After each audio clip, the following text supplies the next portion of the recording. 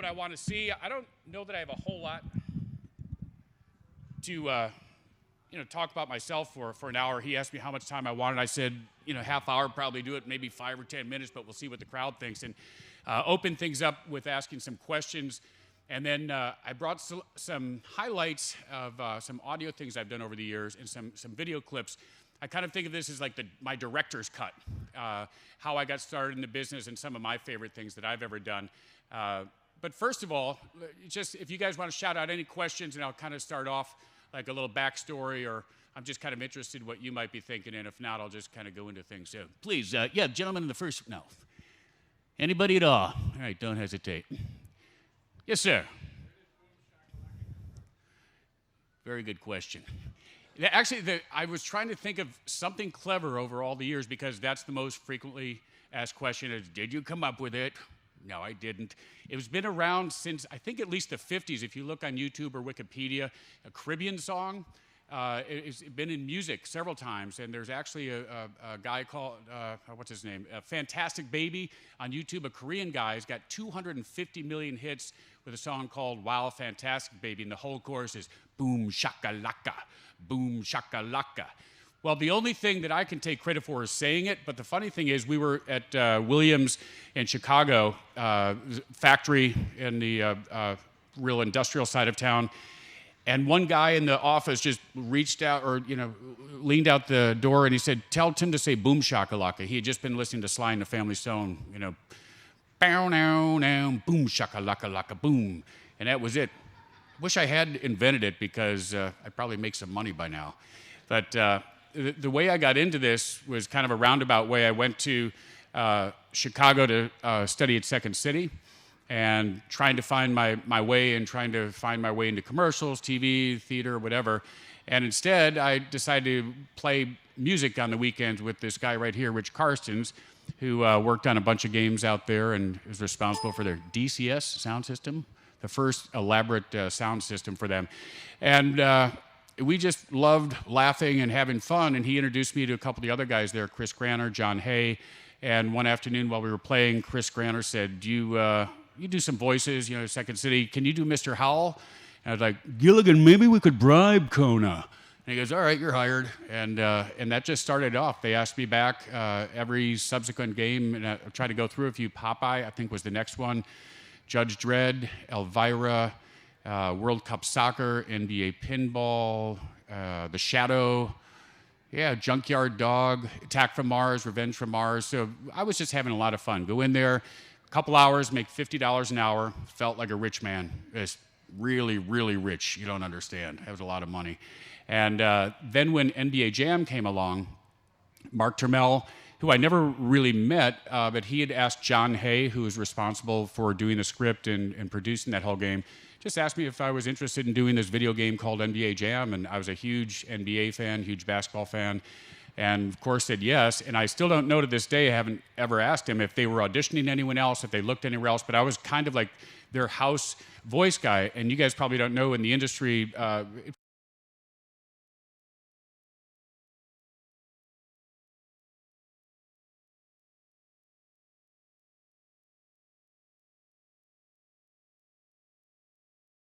for talent. So I just kind of was like, I was the voice of the house.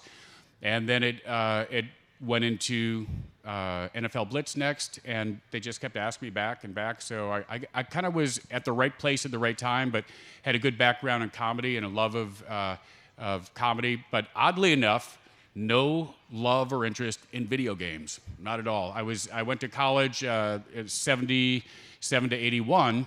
I think Pinball Asteroids, the first games were out then, and I was broke as could be. I worked a work-study job trying to make $500 for the year toward my tuition, 8 hours at a time as a dispatcher, on a microphone late at night in a bottom basement room of a museum. So $15, you weren't going to waste that money unless it was on beer. And they had 25-cent beer night every Wednesday, so I wasn't going to put my quarters into a video game. But somehow, just because I missed that early phase, then I went off, started doing theater work, stage work, a Shakespeare group up in Albany, some work out in Los Angeles and Orange County and Topanga Canyon.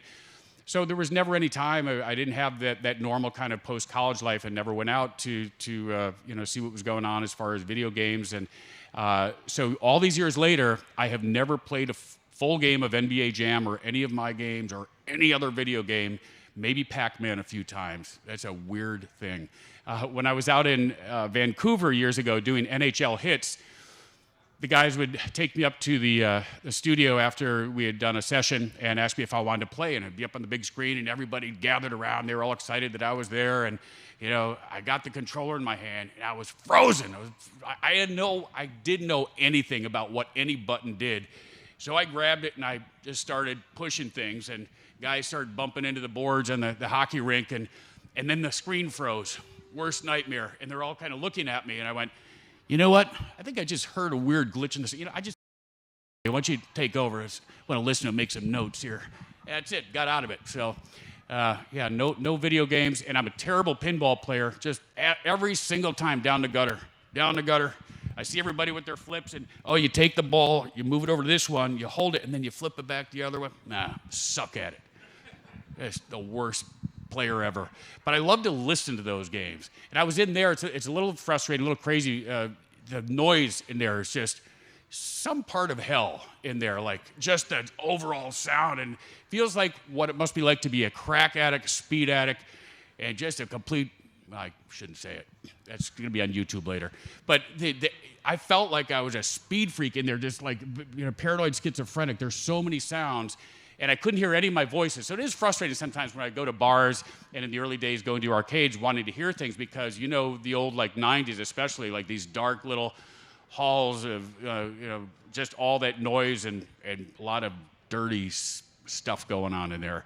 That's why actually kind of a tangent, the NBA didn't want anything to do with NBA Jam because, you know, the video halls back then and the arcade halls, there was, you know, that was where crime business was done.